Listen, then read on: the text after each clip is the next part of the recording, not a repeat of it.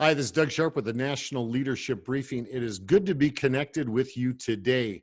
Wow, so much can change over the course of a month, and that is exactly what amount of time has transpired since we connected here on the National Leadership Briefing. As you know, it's the first Friday of every month, always for 1 hour, always at the same time. And we just, even though with all of the things that are going on in our lives right now, we of course wanted to ask ourselves, well, is there any possibility that we would delay or defer or postpone a national leadership briefing? And it was very quickly decided that we really view this as a significant part of the solution to many of the challenges that we're facing here in Canadian society. So to actually in any way curtail or limit focusing on a solution or continuing to work towards a solution during the challenging times would really not be a good idea at all. So we made the decision to continue to broadcast and come to you this one, for once a month at this 1 hour time mark. Now, there's some very different things that are happening here today, which I'm going to go over with you in a minute because of our location, where we're recording from, where we're sending this out from. Everything is different, so I'll go over that in a minute. But I just wanted to first, for those of you who are on the briefing for the first time or who are perhaps you haven't been working with us before and you're unsure if you want to commit the next whatever time we spend together here today. It's never longer than an hour, but sometimes we finish up earlier. But if you're trying to make a decision as to whether you're going to be spending the time with us today and continuing to watch, I want to tell you what's real important about today's briefing. First of all, we're going to be talking about things that no one else in Canada is talking about. And I say that with all sincerity because I've looked around right now and I don't think that there's another group of people that are focusing on the challenge through the lens that we are right now. I've looked around, I've tried to see if there's someone else, some of the allies out there. And of course, the folks that come on the briefing become allies of our cause because we share this information that I'm about to share with you today with them, and they become allies and they go out and become informers and share the information. But I don't know of another Canadian political leader or anyone out there that has identified these challenges from the perspective that we're looking at them. And the information that I'm going to share with you today is not information you're going to get anywhere else. So I'm going to make that commitment to you today. And if you do see it being shared out there or taught out there, then please get in touch with me because I want to make friends with that person right away, because this is critically important times and we need to make sure we're focusing on real solutions. And that's what we're actually going to be talking about today. We're going to be talking about first, the challenge before us related to civil government.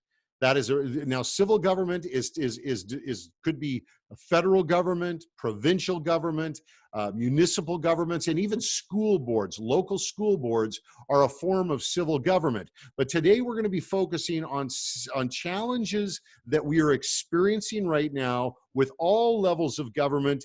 However, we're going to focus primarily on our current situation with the federal government.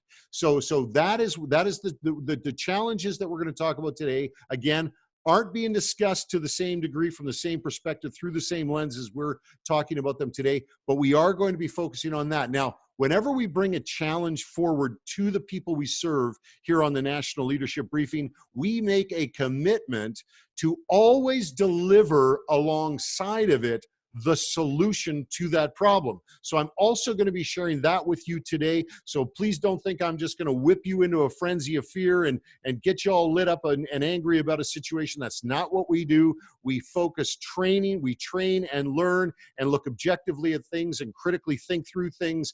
And then we look for the solutions and then we provide the solutions. And then finally today, what we're going to be doing is I'm going to be telling you more about the plan for the road ahead, a plan that we have put in place to specifically address specific aspects of the challenge before us. So we're going to talk about the problem or the challenges, we're going to bring forward the solution, and we're going to release the plan. Now, I've already talked about the plan before, but if you're new on the briefing today, you are going to be interested in understanding and knowing the plan for the road ahead. Now, again, we're doing this all up against the backdrop of very serious things that are happening in all of your lives. I do not want you to think for a minute that I am discounting any of the stresses or the circumstances that you are all under out there, but I do want you I just guess I want to make this promise to you that when you hold this up against all of the information that you're being just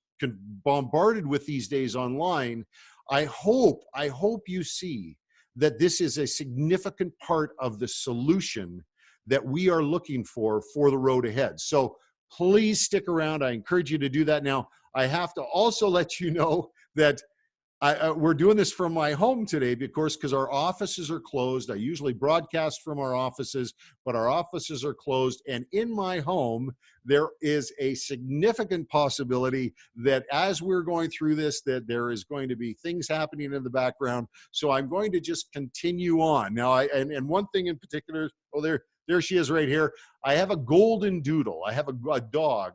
And my golden doodle and I and my wife were actually walking down the street the other day, and we were attacked by a couple of pit bulls of all things. Now we're fine, we're healing up nicely, but my dog actually got the worst of it, and she's got this trigger inside of her now. She just kind of will get up and start barking and running towards the door and running around. So if I sort of look around my feet like this, just want you to know I'm going to keep going because she's fine.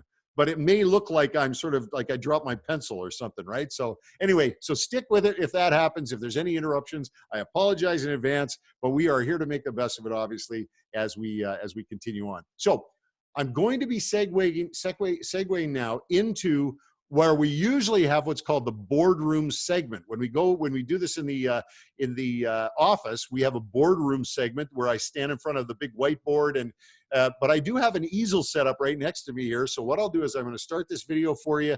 Enjoy. It's just 55 seconds long, and then when I come back, I'll be at the easel, and we will begin to discuss the challenge that we have before us. We're going to start there, move on to solution, move on to plan. Okay, so that's what we're doing here today. Thanks so much for joining us, and I will look forward to seeing you in about 5 feet that way. Thanks so much. Talk to you soon. Bye for now.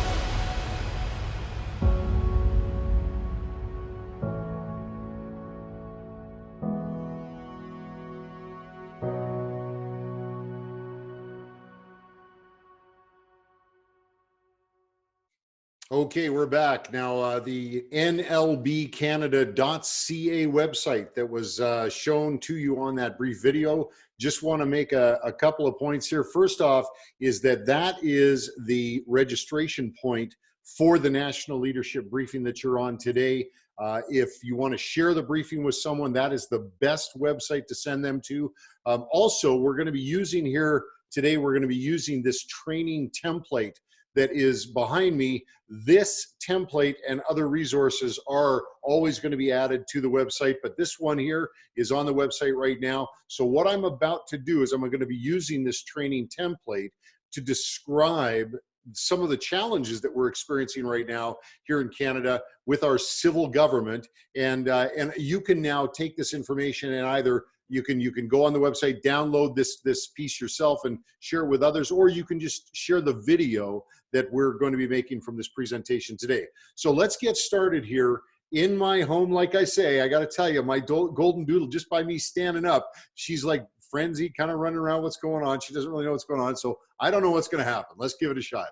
All right. So here we are in Canada right now here, and in our society, in our country, we have different spheres of authority, different jurisdictional areas for different people, institutions, and of course, civil government.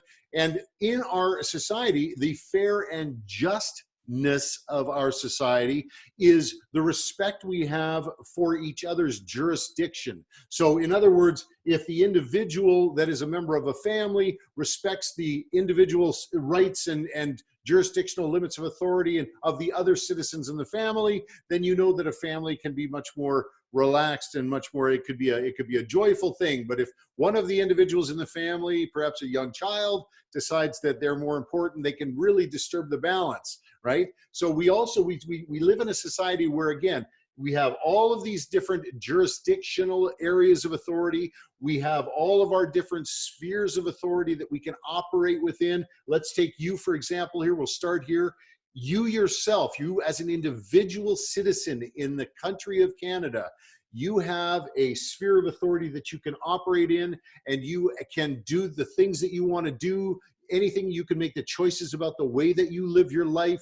You can decide what you have for breakfast in the morning. You can decide your education. You can decide your exercise routine. All of these things that you can do freely up to the limit of the jurisdictional limit of your authority as a citizen. Now, as a citizen, you have things like, we've talked about this before in the briefing, you have constituent authority. So as a constituent citizen living within an electoral district, for example, you have very specific authorities that you can exercise as an individual. You have citizen authority, like as a citizen of Canada, you're given the right to do things like you can join the military, you can have a passport, you can vote at election time. All of these things are things that you can do within your sphere of authority up to, again, the jurisdictional limit of your authority.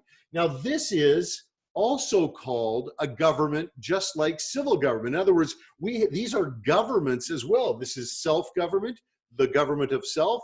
This is family government, governments of family in Canada, and church government and civil government. So they are all governments that balance and interact and touch on each other's. They sort of intersect at times and they cross over. For example, a family will grant permission to a church, for example, and say that I will let you can speak into my family. So the church limit of authority, or the jurisdictional limit of the authority of the church, will then overlap the families, or an individual will submit to becoming a part of a family, and then they will be a part of a family government. This is how society works, and how it works best is whenever there is an encroachment of one government over another or within another, that it is done with permission.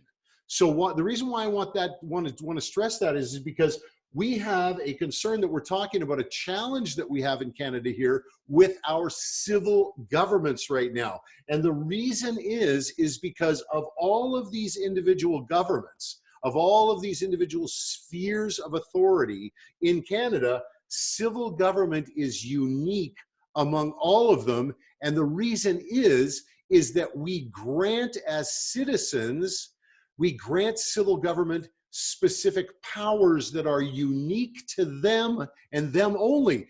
Two of them that are really critically for us to understand is that civil government has the power to tax, and they have the power to legislate.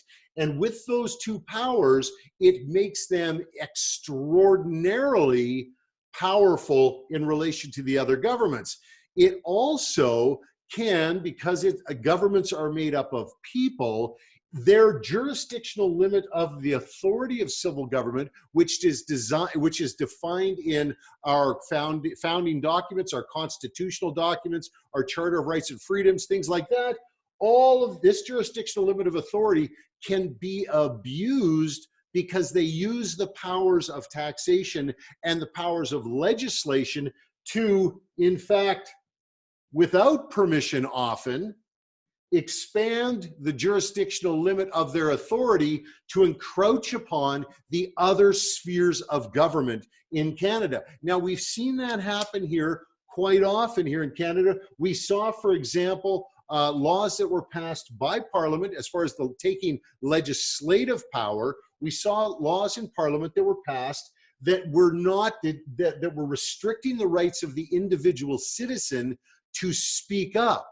There have been specific laws that have limited your free speech as an individual And so civil government has used their extraordinary powers of legislation to take away or impose itself on the individual. Now, if you were ever wondering what the definition of the word tyranny was, that is what tyranny is. It's when you impose an authority from one government on another. They are acting tyrannically. They're actually a tyranny on the individual. We've also seen in our provincial governments across Canada, we've seen civil government pass legislation, enact policies in the education realm that has imposed itself on the authority of the family to raise children the way they want to, so that parents can raise children the way they want. Where the parent usually has the authority over the children, the government has imposed itself on the family and taken that authority away. Now, we have also seen church governments have imposed themselves on church. Now, I want you to know something about that. Is that, and by the way, we use this training template an awful lot at the National Leadership Briefing because there's so much that can be learned from this template.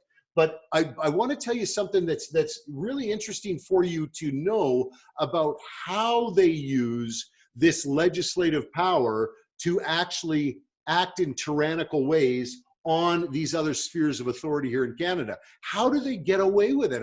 I mean, you would think, my goodness, we live in a democracy. There's got to be alarm bells that go off when the government starts imposing itself, like taking away free speech rights or taking away parents' right to raise their kids, or imposing itself on the church. But how do they actually justify imposing themselves on these spheres of authority of other governments in Canada? Well, I'm going to give you, it's just going to be a tip. And once I tell you this once, it's something you're never, ever, ever going to forget. The way that this particular government now, that we've got right now, their MO, their modus operandi, the way that they justify what they're doing by imposing their authority on other governments is that they use the villain and victim plan. So they have this plan where they actually have to define into two camps victims. So they say, okay, here is a group of victims, and they declare them victims, and they say these people are being unfairly treated. These individuals are, as citizens of Canada, they are downtrodden. They have been oppressed. They are under the thumb of, and they actually identify victims, so that they can then brand someone or something the villain. So you've got a victim and a villain now, which then grants the government their own permission to come in and mediate or deal with the problem. So let me give you an example here. If you've got in Canada right now, for example, in education, a tyrannical civil government would come in and they would identify LGBTQ youth as victims of bullying and all this stuff. Now, I'm not saying that absolutely, these are people that definitely, just like everyone else, should be cared for and should be loved and should be respected, and there should be the freedoms cast across all of us equally. But they single out a group of people and say that they have a special or unique form of abuse or oppression that has put on them, and then they vilify another group. Now, in this case, although the government won't admit it, if you read the material that they share with people on LGBTQ issues, especially dealing with young people, they will identify parents, of all things, and the family as the villain in the case. In other words, families, they'll use phrases like families are not always safe.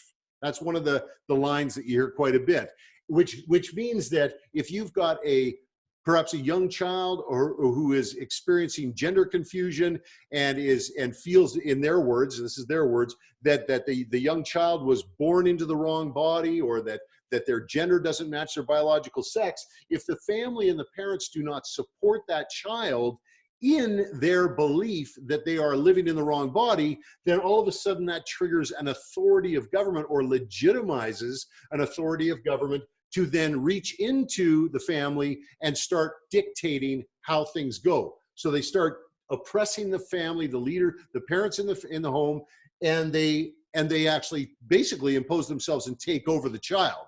And you can see that happening right now in education all across the nation. But remember, like I said, I told you this one, you'll never forget this. When you see all of a sudden this overreach of authority of government from now on, ask yourself, okay, who is the government identifying here as the victim, and who are they identifying as the villain?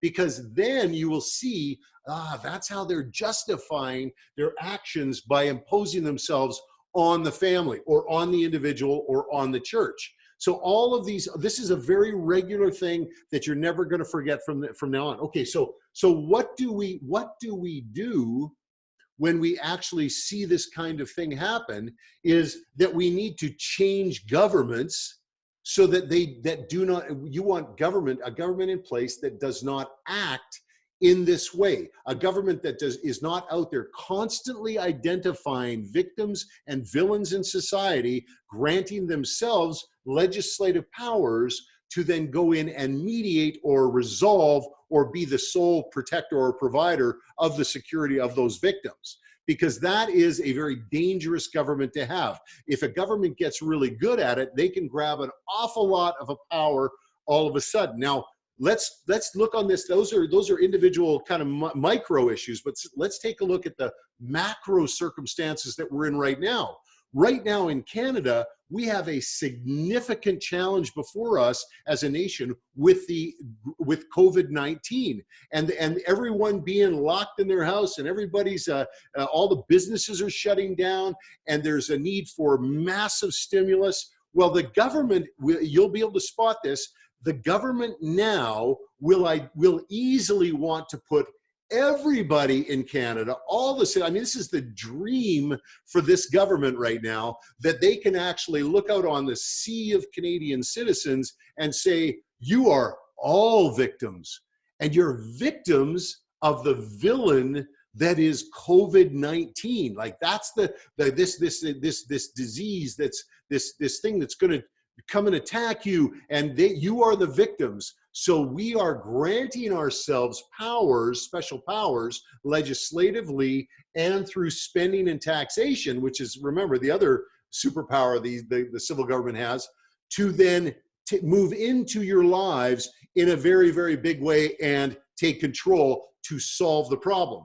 Now, we've got to be very careful about that, because we just watched in our very own parliament, if you did not hear about this, we had Justin Trudeau's Liberal government stand up in parliament and actually table a bill that gave them unlimited, unfettered, with no oversight.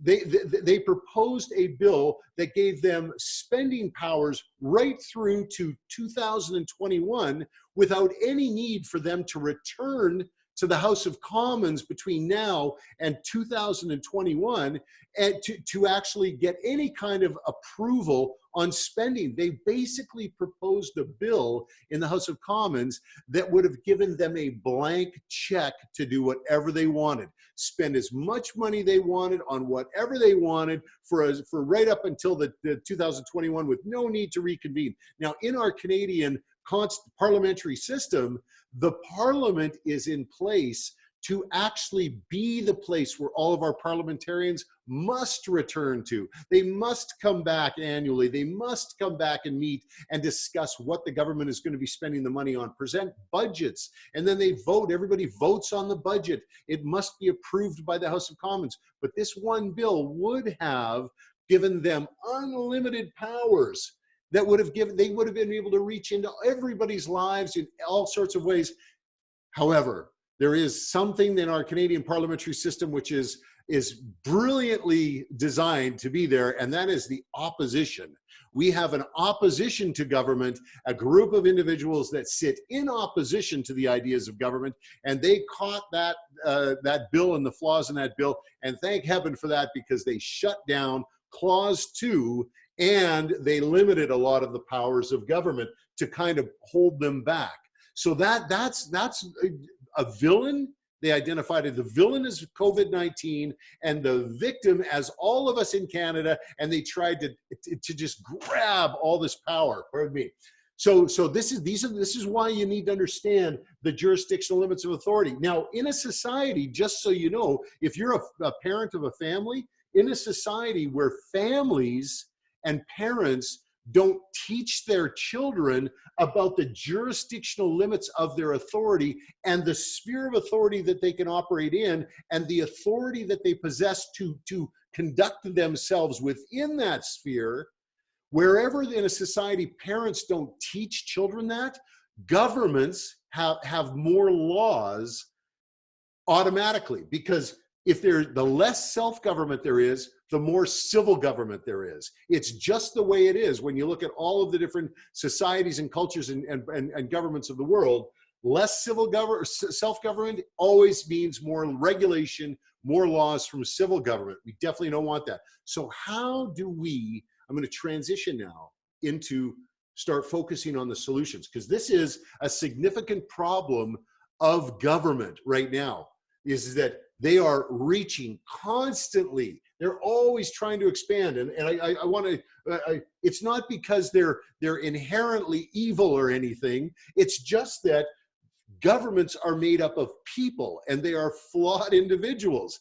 And if you give them special powers like the power to tax and legislate, this is a natural mutation. It's not, I'm not vilifying individuals. I'm just telling you, this is something that happens all the time with all governments, and our responsibilities as individuals, as families, and as the church is to monitor the expansion of civil government and do everything that we can to keep it operating responsibly within its jurisdictional limit of its authority.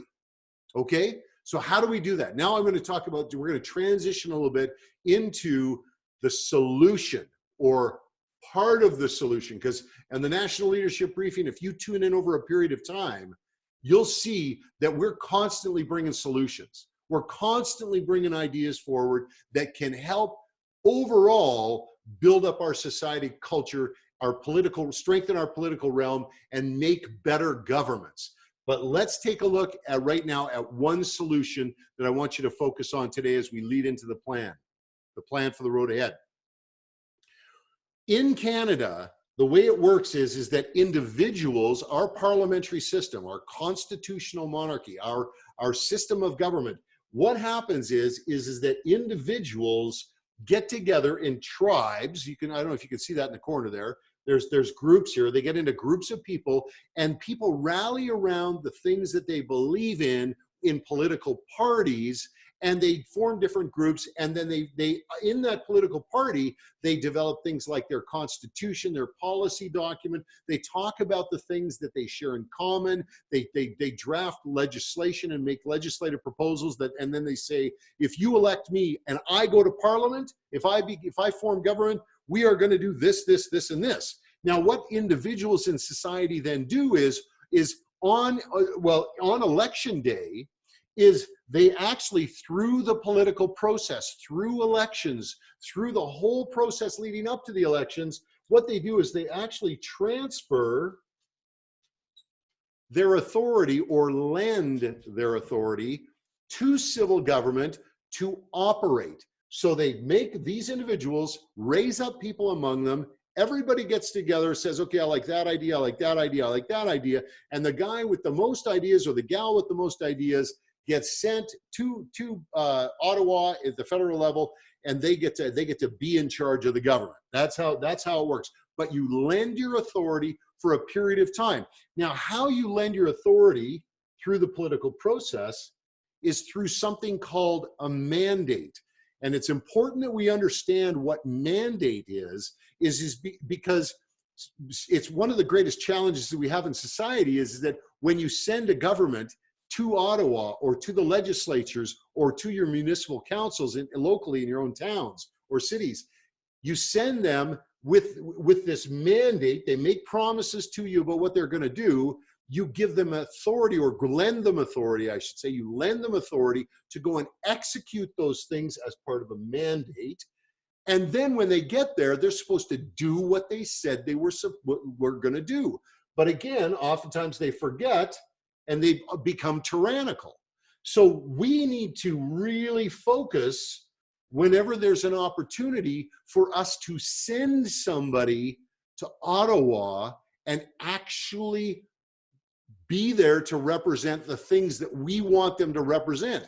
Well, right now, and this is where we're going to be moving, we're going to move right now. I'm going to show you a quick video here, but then I'm going to actually, I'm going to take a look at this video because, and then we're going to move into the plan that we're executing right now to ensure that we are sending someone to Ottawa who has a mandate that we have given them that is a representation of the things we feel are important so that they can form civil government, and then we can have a government in Ottawa that does not expand its authority and impose itself upon the authority of the individual, the family, or the church.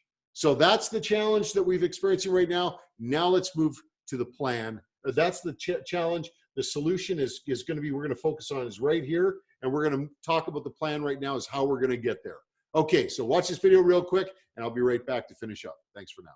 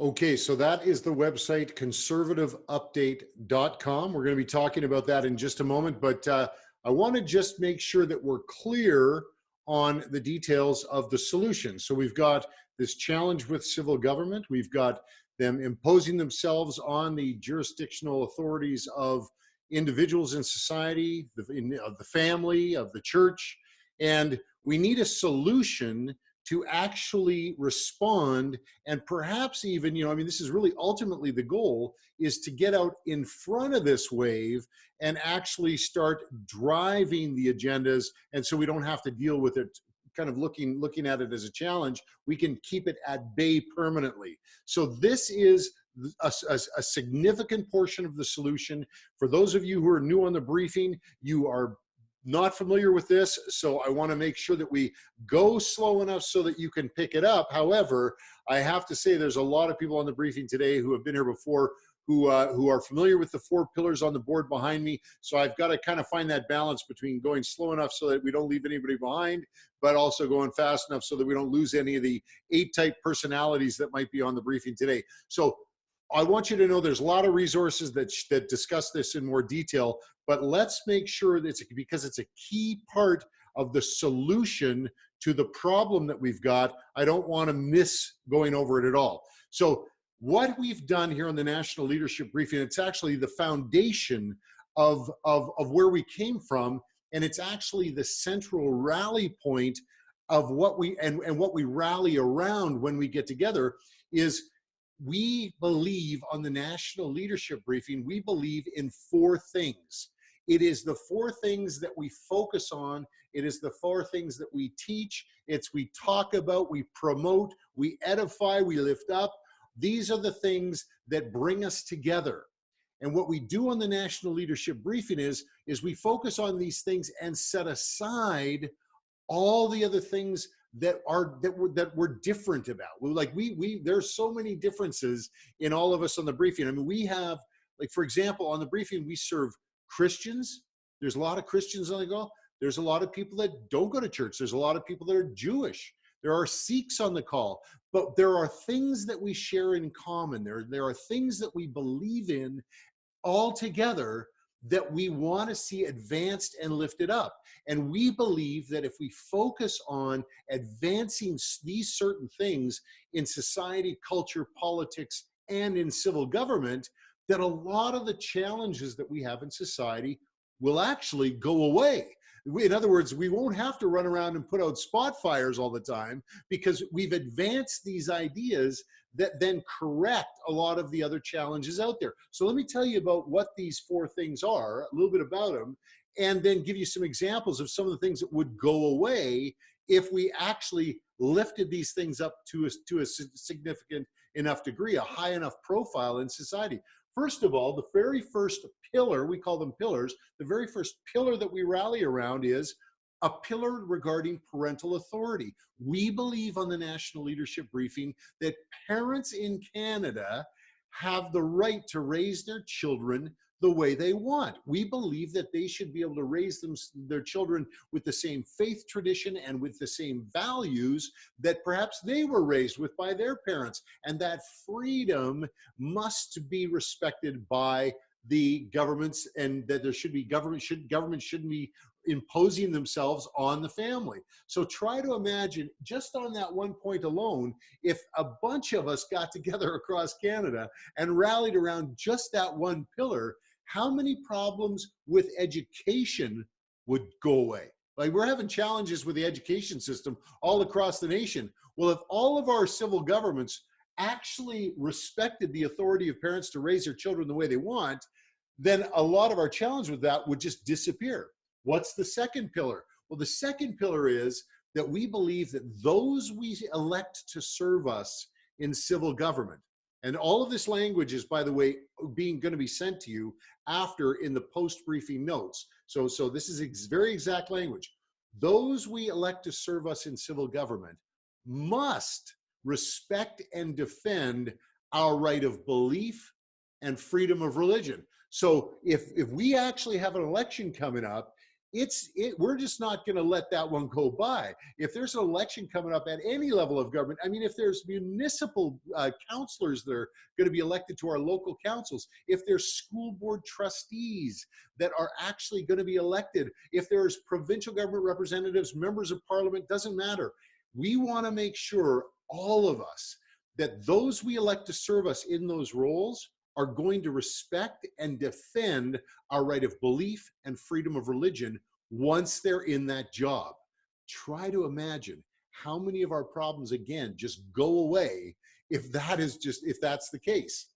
The third one, what's the third pillar? The thing that we rally around and set aside all the other things, is we believe that the laws and policies that are enacted and passed by those governments must provide for the safety and security of the citizens, especially the vulnerable among us. So we do have a heart for the vulnerable. We're not the heartless guys that some people make us out to. We are thinking about the other, but we want our civil governments to only pass laws and enact policies that provide for the safety and security of the citizens, with a particular emphasis on protecting vulnerable citizens that live among us in our communities. Now, an example that is so great right now is they recently passed Euthanasia Law. Now, we have a lot of people in the country with mobility challenges. We have a lot of people in the country that are homeless. We have a lot of people in the country that have challenges with autism, or there could be chronic pain. But they are vulnerable citizens, and we want to make sure that when we pass laws like that, that those citizens are protected as a priority. In other words, it's the first box that you check on any law or policy that's passed. Now, that's critical for us. And then the fourth one is that we believe that it is inappropriate for civil government to heap debt upon the backs of our children and future generations. So we are focused on structural debt and eliminating it and reducing it, so that the burden of excessive taxation that's going to be placed on the backs of our children to pay for it as they grow up through their adult lives is eliminated or reduced, at the very least reduced. So our children's future financial health is a priority for us here on the briefing. Now, why do we want to talk about the 4 pillars as part of the solution? And why is it that we want to talk about rallying around them? Well, it's because the reality of the situation that we're in is we live in a nation of 38 million people, and there are many competing interests out there. There's a lot of different ideas about how things should be done, and unless we all come together and rally around the things that we believe in and come together in sufficient numbers and actually galvanize ourselves around these ideas and advance them together, then we will not be heard. And that is a fact, because we're seeing in civil government right now, it's usually the loudest voice in the room that wins the day on votes and on issues and on what happens. We just saw it happen in the Supreme Court with the Trinity Western University case. Terrible court decision. I don't mind if the Chief Justices hear that, if they hear that, because there's so many people that's saying it across the country. What a terrible court decision Trinity Western University was, but they listened to the loudest voice in the room, and that turned out poorly for everyone, and it's going to be felt for years to come. So what we do is we focus on gathering more support, more people, more citizens around these ideas. Do you feel that parents should have the right to raise your kids the way they want? Do you feel that it's important that our right of belief and freedom of religion, or the right of unbelief? I mean, I'm not suggesting that's even just for Christians. There are so many citizens out there that want the right to believe in nothing or have no religion. Well, we protect that too. It's for all Canadians. But these are the things that we rally around, because we're building a coalition around these ideas, believing that as they are advanced, many of our problems will disappear because of that. So what's happening right now in Canada, for example, is as we're gathering people around these ideas, is they have a tendency to say, well, you know what, I'm a specialist. I've got a significant heart for the unborn child, and you know what, and abortion, and it's been something on my heart for years, and I don't want to get distracted. I want to work on that project and get distracted from what I've been doing in my church. I've been serving in this issue for years, and I just really have, that's where I'm focused. That's where I'm called to be. Well, I think that's fantastic, because that's my heart too. But I'm saying that what's best is if you keep doing what you're doing there, but also recognize that we're working on it here too, and we need your voice added to ours as we advance these issues together, so that we can be a massive coalition with a large enough critical mass to actually impact who is elected to our House of Commons, who is elected to our legislatures, our municipal councils, and our school boards locally. So this is really important. Why I say it's important to define what you're rallying around and why you're coming together as part of the solution, because then when we scan the horizon, which is what we do on the National Leadership Briefing all the time, when we scan the horizon for those opportunities where we can now exercise this combined influence that we've brought together, we now move as one. We now come together, and we're looking around. We're saying, "Oh, wait a second. There's an election over there in Newfoundland, and we've got that federal election happening here in Canada coming up. And hey, you know what? One we're going to talk about right after this is we have an opportunity to elect a leader of a political party that could quite possibly become the next Prime Minister of Canada." Well, if we're all coming together, we're all speaking with one voice. We've been learning about and discussing about the things that we believe in and the shared values that we have. And then we're already a combined unit, and an opportunity comes along. Man, we're in motion already. We're mobilized, moving towards it. So let's go straight into that. I am going to just transition back to, well, the dining room table. I usually go to my desk, but this is my dining room table. I'm just going to sit down at the table, actually. And then I'm going to close with telling you about the plan that we have, that we're operating with conservativeupdate.com, and the opportunity that we have to exercise a maximum amount of influence possible on the immediate road ahead. I'm talking about, this is timely stuff. This is stuff you're going to need to know right now in your hand, that you can actually action right away. I'm saying you could leave right after this briefing, and within 10 minutes of you leaving this briefing, you can mobilize yourself into this plan, and it's going to be the best thing you ever did. So I'm just going to take a quick break, transition to the dining room table, and we'll finish up last couple of minutes there. Thanks so much for your time. Be there in a sec. Bye for now.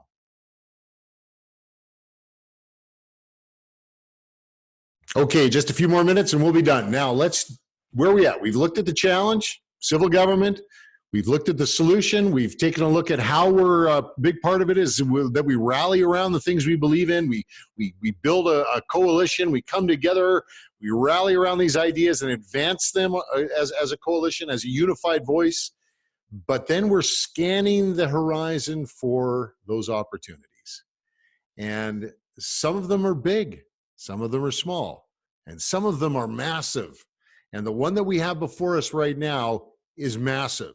When you have the opportunity to link arms with tens of thousands, hundreds of thousands of Canadians from across the country who share your views and values, and you have an opportunity to actually help put a person in place that is not only someone who shares your views and values, but is also willing to represent them in their elected position in government, should they win the election, that is an opportunity you do not want to miss. And that's why I wanted you to make sure that you were aware of conservativeupdate.com, because that's a tool that we've created for you so that you can actually participate and exercise that influence along with ours, all of our influence together, on selecting the next leader of the Conservative Party of Canada. Now, for those of you who don't support the Conservative Party of Canada or don't like the Conservative Party of Canada, well, I mean, I'm just saying, but if you like parental authority and protecting the vulnerable and the respect of belief and right of freedom of religion, if those things you believe in, you should pay attention to this, because it doesn't matter who you support or what you actually think about any other political player. They're about to elect the leader of this Conservative Party of Canada, and the reality is that it is possible, and some might say highly likely, that whoever is elected is going to be the next Prime Minister of Canada. And that is the most powerful political position and governmental position in the land. So we need to pay attention to the fact that it's happening. So we've built conservativeupdate.com. It's a website. And on the very front page of the website, if you see it, oh, you're gonna have a reflection here. It says join the movement. And there's a little blue button there where you can register your support for the work that we're doing on conservativeupdate.com. But if you scroll down a little bit further, you see that counter that's happening right there? Okay, that's the number of days that it is before the actual deadline for you to actually buy a membership in the party, so that you can receive a ballot in the mail to vote for the candidate that best represents your views and values and is willing to take those views and values to Ottawa and represent them on the federal stage. But if it's only, as you can see, it's days. It's a number of days that is left. So there's no, sort of left brain, right brain, thinking about it sort of thing. We've got to react very quickly, because the idea is we're already linked together. We all know what we're rallying around. The opportunity comes along and we act. We're mobilized immediately. Well, what I'm going to suggest is the plan. This is the plan for the immediate road ahead. First off, let's get you out of the way. Let's get you taken care of right now. You are not going to be able to vote in this upcoming election for who is going to be the leader of that party if you don't have a membership in that party. They're not going to send you a ballot unless you actually have a membership at some point in time in the next few weeks here. And if you go to conservativeupdate.com, you're going to see that ticker dropping down right to the deadline. Now, you might say to yourself, well, Doug, what good is a ballot if I have no idea who to vote for? Well, that's why we're here. That's why we're connecting every single month on the National Leadership Briefing. But wait, I hate to sound like I'm selling this to you, but wait, there's more. I'm actually, while this is going on, because we have such a tight timeline, it's not good enough that we're just meeting once a month on the National Leadership Briefing. I'm actually doing something midweek every single week for just a few minutes every week called the Midweek Touch Point. And it's just a few minutes every week where you can actually come and find out more information about how you can figure out this process about who's running in the election and all the candidates, and find out what they're all about, and find out which person best represents my views and values. Now, let me tell you something about the candidates. There's four of them. Sorry, four of them. There's four candidates. Some of the candidates, and I'm not going to tell you who they are because I'm going to show you all the candidates. You can decide for yourself. But some of the candidates that are running don't represent your views and values. If you're like me, I would never vote for them. Some candidates, well, they're closer. And some candidates I like more than others. And some candidates I would never vote for, and some I would vote for. And I think I might even vote for one in particular. But I mean, whoever that is, you're going to find out all about everything I know, you're going to know on the road ahead. But I need you to first take care of yourself and go to the conservativeupdate.com. Click on the where you'll find a spot where you can make sure you've got your Conservative Party membership card, and then get yourself registered now. You actually have to get your membership in the party right away. Now, once you've taken care of yourself, you can now speak with authority when you talk to other people out there, and you can say, look, there's this guy on the video I saw, and I don't know much about it, but he seemed pretty passionate that this was a golden opportunity that doesn't roll along a lot. If for us to exercise our combined influence, watch this video and do what he says. Because I'm telling you, the more people that we get together ready to make this decision, and again, we got days. We don't have months and months to do this, but we got lots of time. We can actually, as far as like enough time to actually get in there and get it done, you want to refer as many people as you can to conservativeupdate.com so you can actually get them a membership in the Conservative Party of Canada, so they also will receive a ballot in the mail. I say to people, do you want to double the influence that you have in the political realm in Canada? Great. Well, then get one other person who shares your views and values to work with you. That's it. That's as easy as it is. And all of a sudden you've doubled your influence, because two people that think the same thing, voting the same way on a certain issue, is doubling your influence. Well, I'm suggesting doubling your influence, but then we're going to have time to double it, and double it again right up until the deadline on May 15th, where we can buy memberships, and then we will make a choice. Now, I'm not going to tell us, when I say we all work together and speak as one, that doesn't mean I tell you who to vote for. We all just vote for that person. What I'm saying is that we're all getting the same information and the information we need so that we can very clearly and very easily identify the person who best represents our views and values, and we can, as individuals, make our own decision. And I promise you, I'm going to give you that information. But you got to go to conservativeupdate.com first and register and get your membership for the political party. Then you can turn around and be an informer, and you can help other people do the same. So that's the immediate plan for the immediate road ahead, where you can have maximum influence. And I'm going to stay on this road with you. I'm going to walk along with it. Don't worry. Don't think you're not going to end up in the ditch. We're all going to work together, and we're going to make sure that we exercise maximum influence. And then we're going to advance the pillars, the things that we believe in, into the realm of politics at a federal level in the highest office in the land.